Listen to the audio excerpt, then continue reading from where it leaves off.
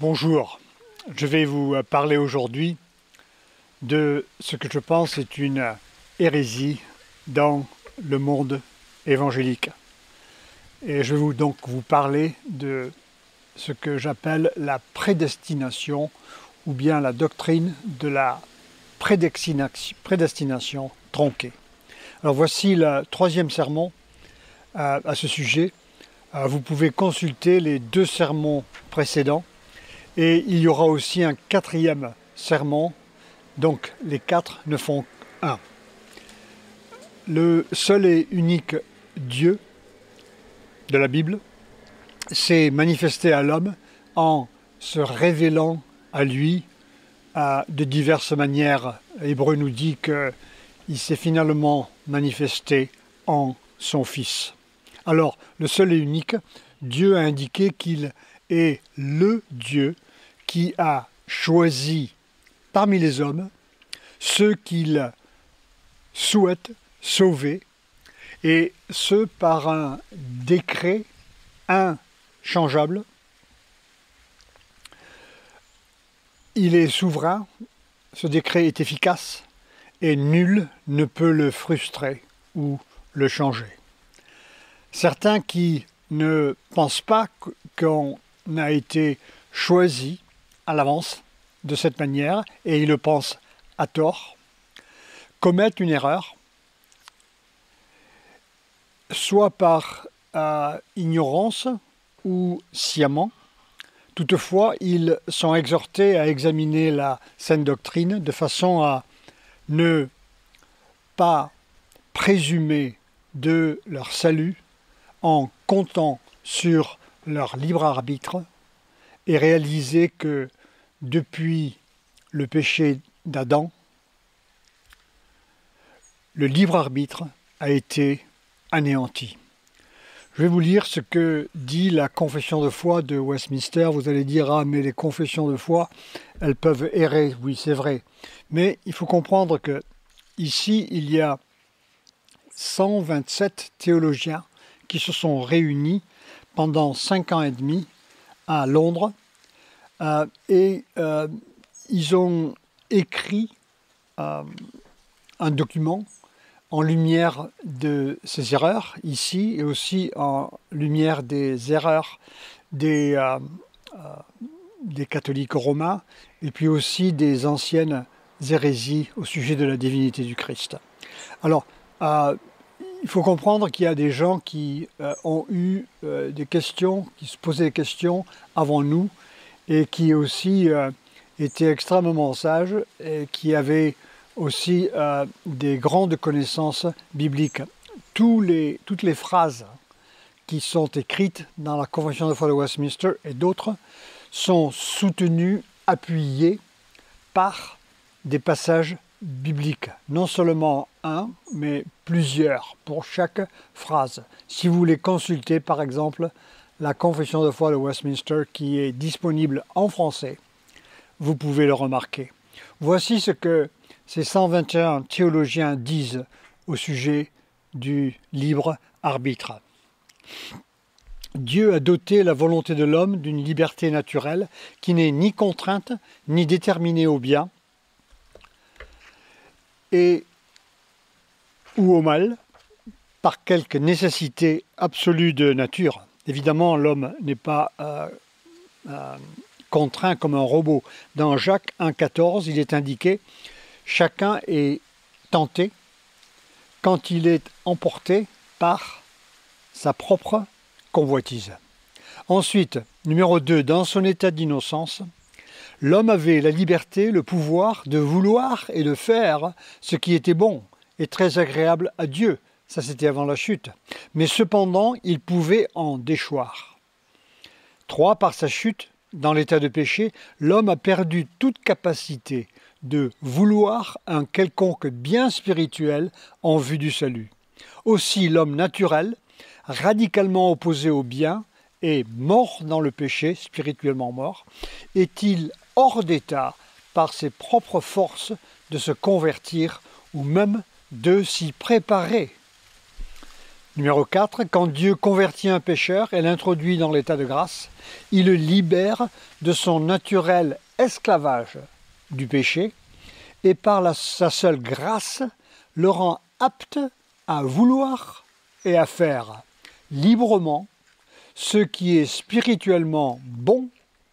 Néanmoins, à cause de ce qui reste en lui de corruption, il ne veut ni parfaitement, ni seulement le bien, mais il veut aussi le mal. La volonté de l'homme ne sera rendue parfaite et immuablement libre de faire le bien seul que dans l'état de gloire. Ensuite, nous voyons que l'homme a besoin d'abord d'être régénéré, habité par l'Esprit de Dieu pour seulement voir spirituellement. C'est Nicodème qui vient voir Jésus et Jésus lui dit « À moins que tu sois né d'en haut, tu ne peux voir le royaume de Dieu. » Paul le confirme dans 1 Corinthiens 2, 12. Il dit « Nous n'avons pas reçu l'Esprit du monde, mais nous avons reçu l'Esprit qui vient de Dieu, de façon à ce que, en sorte que nous sachions les choses qui nous sont gratuitement données par Dieu. » Alors, les personnes qui opposent cette doctrine doivent comprendre que la grâce divine exercée pour amener les élus à Christ est totalement irrésistible. Qu'ainsi chaque élu peut jouir de la certitude du salut en faisant confiance à Dieu qui le gardera jusqu'à la fin. Celui qui a commencé une bonne œuvre en vous verra, Paul dit, qu'il la complétera jusqu'au jour de Jésus-Christ. Alors, concernant cette assurance ou certitude du salut, ces 121 théologiens réunis de 1643 à 49 à Londres, voici ce qu'ils ont dit. Je vais maintenant vous lire cela, alors que le chat du voisin vient consulter les textes de Westminster. Dieu a donné à l'homme la capacité de lire et de parler, ce qui n'est pas le cas pour les animaux. Autrement, il se serait peut-être repenti. L'assurance de la grâce et du salut. 1. Les hypocrites et les autres irrégénérés peuvent vainement s'imaginer par de faux espoirs et des présomptions charnelles qu'ils ont trouvé grâce aux yeux de Dieu et sont sauvés. Leurs espoirs seront déçus.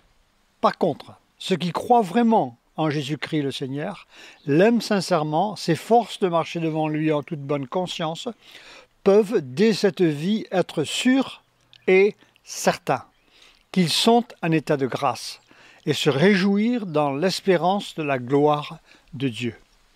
Leur espérance ne les rendra jamais confus. Numéro 2.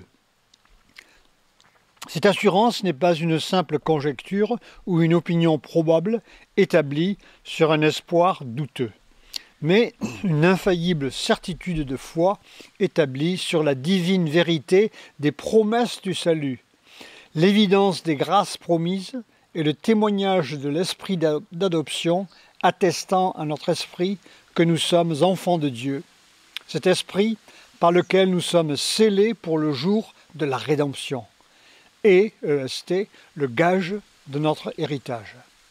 Alors maintenant, cette assurance infaillible, numéro 3, n'appartient pas à l'essence de la foi.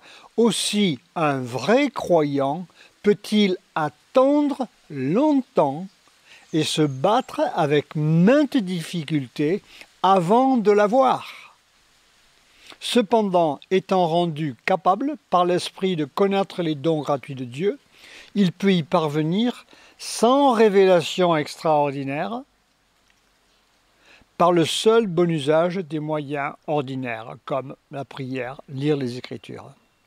C'est pourquoi il est du devoir de chacun de s'appliquer à assurer sa vocation et son élection, afin d'avoir le cœur empli de paix, de joie dans le Saint-Esprit, d'amour, de reconnaissance envers Dieu et de force et de bonne humeur dans les tâches de l'obéissance, les fruits mêmes de cette assurance qui est bien loin d'incliner au relâchement.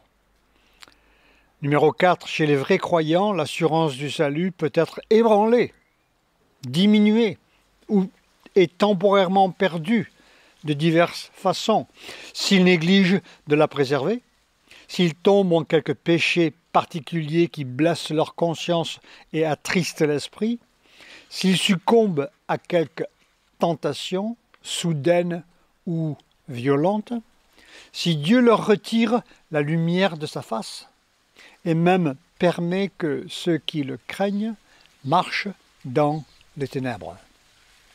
Cependant, ils ne sont jamais totalement privés de la semence de Dieu. Pierre dit que c'est une semence incorruptible. D'une vie de foi, de l'amour du Christ et des frères, d'une sincérité de cœur, de la conscience de leur devoir, grâce auquel, par l'action de l'Esprit, cette assurance, en temps voulu, peut être ranimée, Dieu merci, et par lesquels, en cette période difficile, ils ont été sauvés d'un total désespoir. Alors donc maintenant, revenons à la prédestination des élus. Ne pas croire cette saine doctrine que Dieu a choisi à l'avance par décret est une erreur qui, selon le théologien américain qui s'appelle Robert Godfrey, peut devenir une hérésie. C'est pour ça que je l'appelle la prédestination tronquée. Elle est l'erreur, à mon avis, de croire que Dieu n'avait pas choisi à l'avance ses élus, mais que Dieu avait plutôt prédestiné dans l'élection, et ainsi qu'il avait prévu ceux qui le choisiraient, selon leur propre libre arbitre. Alors, ceux qui pensent qu'ils ont choisi Dieu eux-mêmes, ils ont choisi un Dieu D minuscule, différent, qui ne correspond pas au Dieu unique qui sauve, car celui-là est nul autre que celui qui nous sauve en nous ayant choisis avant la fondation de l'âge.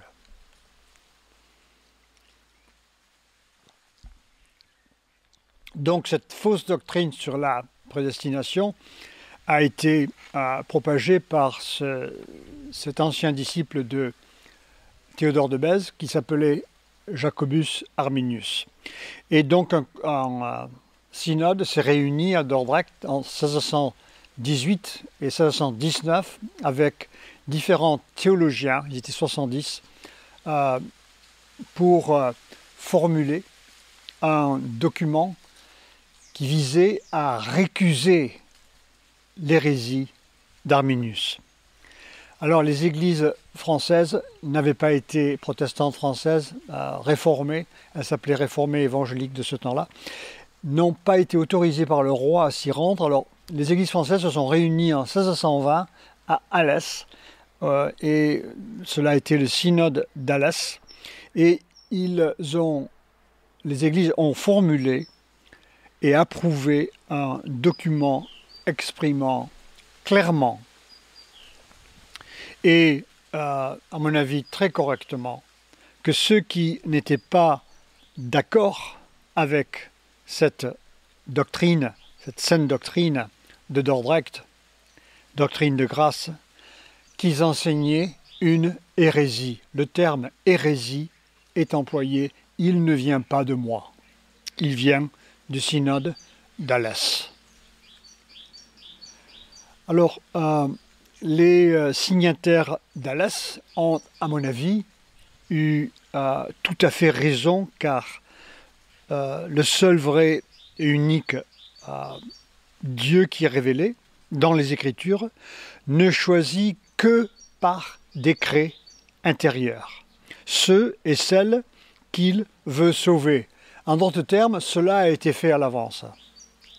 Tout homme qui pense sciemment qu'il peut être sauvé de par lui-même, ne se considérant pas déchu, donc qui ne croit pas à la doctrine du péché originel, il croit qu'Adam a péché, mais que lui n'est pas vicié, déchu par cette faute, voyant l'élection comme conditionnelle et voyant la grâce divine comme résistible, et aussi qu'il ne peut pas y avoir de certitude de salut ni d'assurance, arrive, à mon avis, dans sa propre imagination, à un soi-disant Dieu avec minuscule D qui ne correspond pas à celui majuscule C qui nous est révélé. C'est donc un produit de sa propre tête, de sa pensée. J'étais un jour, j'ai beaucoup prêché dans un endroit qui s'appelle le Cap-Haïtien en Haïti. J'y suis allé pendant 10 ans et il y a eu un réveil là-bas, mais cet endroit était situé près d'un centre voodoo qui s'appelle la Mare Saint-Jacques. C'était à peu près à une quinzaine de kilomètres de l'endroit où je prêchais, où il y a eu ce réveil. Et nombre de voodooisants, voodoo, se sont convertis aussi, nombre de catholiques aussi. Je dois dire ceci, que j'ai été fortement impressionné par la dévotion que les Haïtiens ont envers le voodoo. Et notamment, je remarquais que beaucoup d'Haïtiens américains qui faisaient partie de la diaspora venaient chaque année pendant le mois de juillet pour un grand festival voodoo. Et je me souviens que les gens sacrifiaient tout genre de bétail, etc.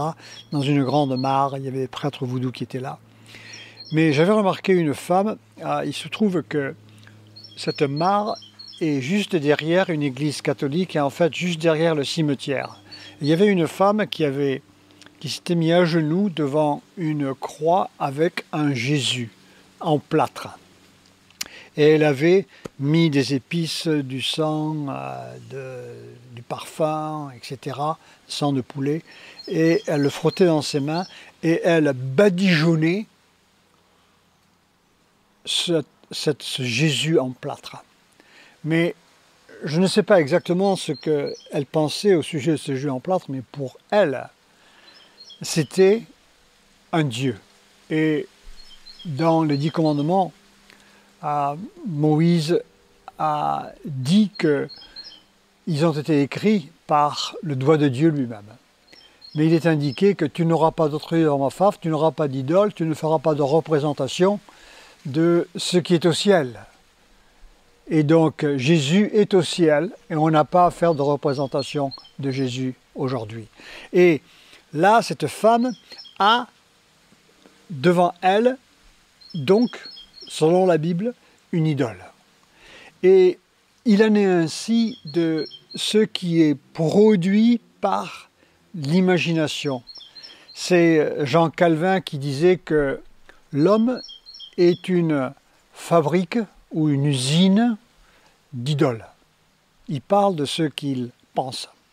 Et donc ici, nous avons une usine de nos jours qui, parmi les évangéliques, fabrique cette hérésie de cette prédestination tronquée, qui vient du libre arbitre présumé de l'homme.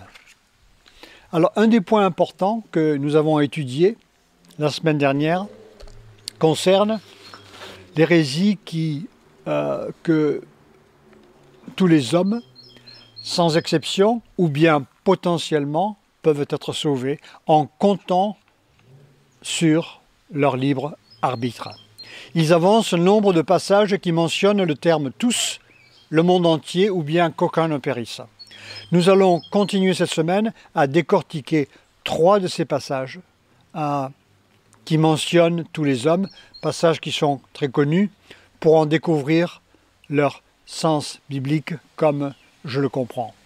La semaine prochaine, nous considérerons des passages mentionnant le monde entier et qu'aucun ne périsse. Le premier est Tite, chapitre 2, verset 11.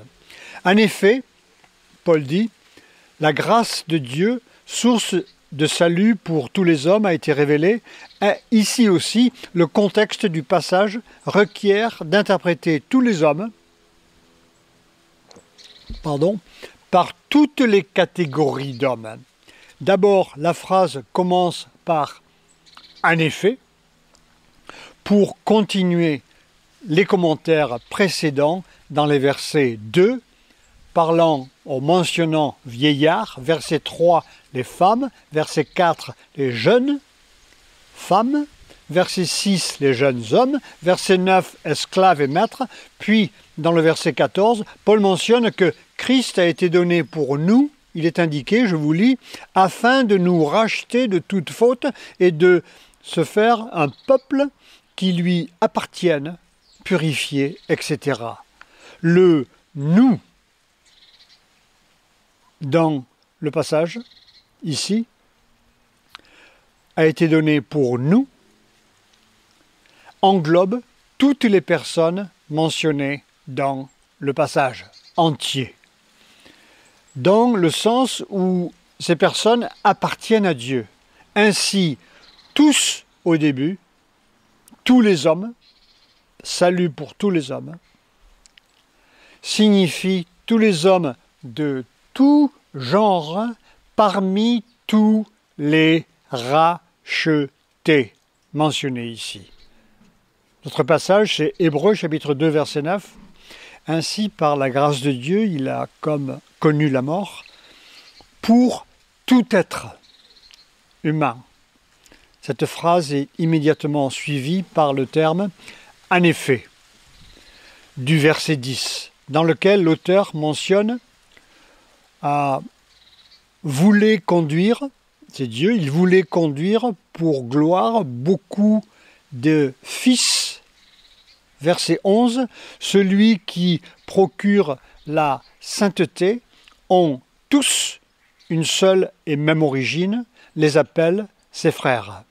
Verset 13, me voici, moi et mes enfants que Dieu m'a donnés.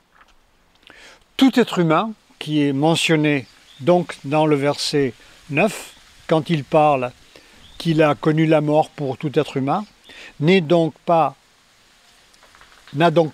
un sens universel, selon le contexte, mais plutôt tous ceux qui appartiennent à Christ serait le sens correct. Dans 2 Pierre, chapitre 3, verset 9, je vous lis, le Seigneur est patient envers vous, voulant qu'aucun ne périsse, mais que tous parviennent à la repentance. Beaucoup citent ce passage. Alors vous allez peut-être vous demander maintenant qu'est-ce que Jean-Baptiste va nous dire à ce sujet. Donc, considérons de nouveau le contexte. Il faut toujours penser au contexte. Dans le verset 8, Pierre mentionne ses lecteurs comme des bien-aimés. Donc ce sont des chrétiens ou élu, parfois il est mentionné saint, S-A-I-N-T-S, comme partout employé. Le terme agapetos, bien-aimé. Quand Pierre dit qu'il est patient envers vous, il parle aux mêmes lecteurs, les bien-aimés, leur donnant la promesse qu'il ne veut qu'aucun parmi les élus bien-aimés ne périsse, mais que tous ces élus bien-aimés, parenthèse, viennent à la repentance. Dieu est donc patient envers tous les élus. Ici, c'est vous, voulant qu'aucun ne périsse, avant qu'il revienne à son retour, de façon à ce que tous les élus, siècle par siècle, année par année, mois par mois, semaine par semaine, jour en jour, d'heure en heure, que tous ces élus, avant qu'ils reviennent à ce jour, cette minute, que tous les élus soient amenés par Jésus, par grâce, seuls et parfois seuls,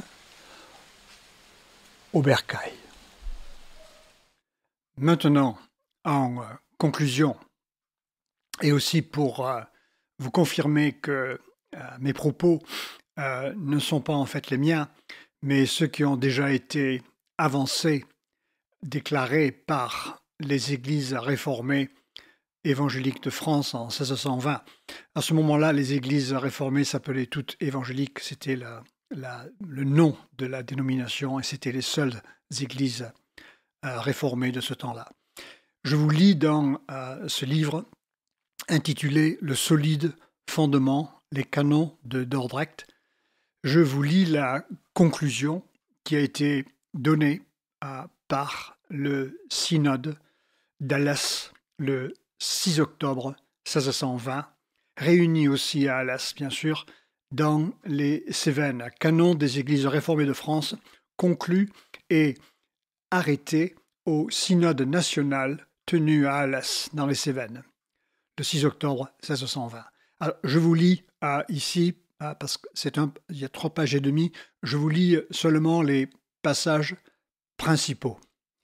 C'est pourquoi, puisque le synode national de Dordrecht, convoqué par l'autorité, le sage conseil et la vigilance des très illustres seigneurs des États généraux des Pays-Bas et de toutes les provinces de leur gouvernement, auxquels ont aussi assisté plusieurs grands théologiens des autres églises réformées, qui s'est tenu aux Pays-Bas, et encore un EEST, encore un puissant remède pour purifier l'Église et arracher les hérésies concernant la prédestination et d'autres points qui en dépendent. Ici, c'est clair que, noir sur blanc, les églises réformées de France indiquent arracher les hérésies concernant la prédestination. La Compagnie, après l'invocation du nom de Dieu, a voulu que les canons du dit Concile de Dordrecht fussent lus en plein synode, leur lecture ayant été faite, et chaque article pesé attentivement, ils ont été reçus et approuvés par un commun consentement, comme conformes à la parole de Dieu et à la confession de foi de nos églises. Et ainsi, ici, il est impliqué que la confession de foi de La Rochelle était la confession principale de ces églises réformées. Rédigée avec beaucoup de prudence et de pureté, très propre à découvrir les erreurs des arminiens et à les confondre. Les arminiens, évidemment, c'est ceux qui enseignaient la fausse doctrine, ou bien, comme le synode le dit, l'hérésie. Finalement, je vous lis pour vous indiquer la teneur de la conclusion de ce synode.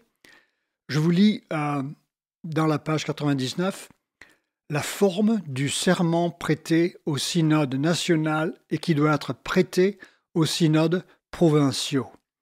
Et ici, c'est les pasteurs qui se sont engagés en signant.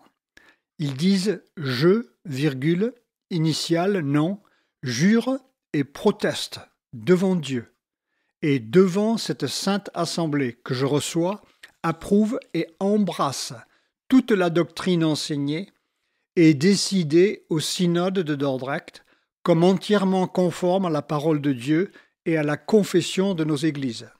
Je jure et promets de persévérer durant ma vie en la profession de cette doctrine et de la défendre de tout mon pouvoir et que ni en signifiant prédication, ni en enseignant aux écoles, ni en écrivant, je ne me départirai jamais de cette règle.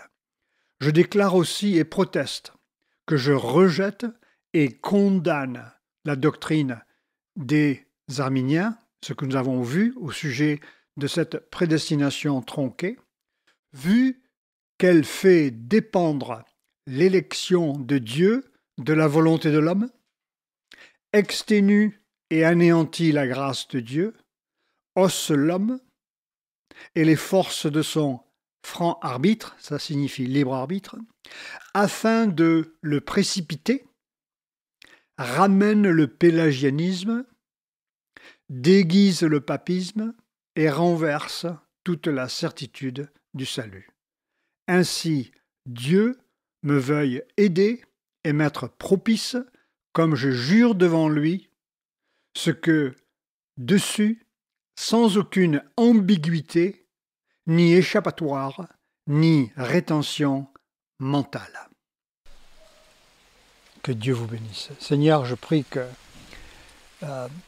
nous avons ici des choses difficiles à traiter. Ce sujet de l'élection est un mystère, comme je dis auparavant, pour les théologiens les plus érudits. Malgré tout, nous avons les Écritures pour examiner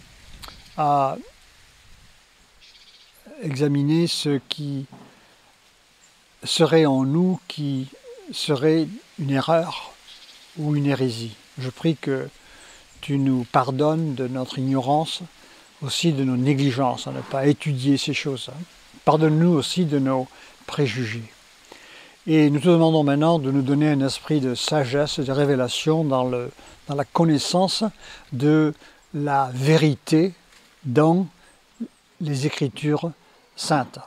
Prions aussi que tu ouvres nos cœurs pour qu'ils soient remplis de sagesse, que l'instruction de ton Saint-Esprit puisse nous rappeler les choses que nous avons apprises auparavant. Donne-nous aussi un esprit humble et sobre pour appréhender ces choses. Accorde-nous aussi de respecter, honorer, étudier les théologiens qui sont venus avant nous devant ces choses qui sont difficiles à comprendre.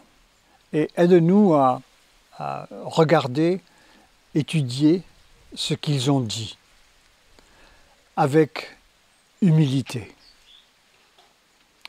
Et aide-nous maintenant, au nom de Jésus-Christ, à comprendre ce que tu as fait pour nous. Que l'agneau immolé avant la fondation de l'âge l'a été parce que tu nous aimes. Merci donc pour ton si grand amour éternel. Au nom de Jésus-Christ. Amen.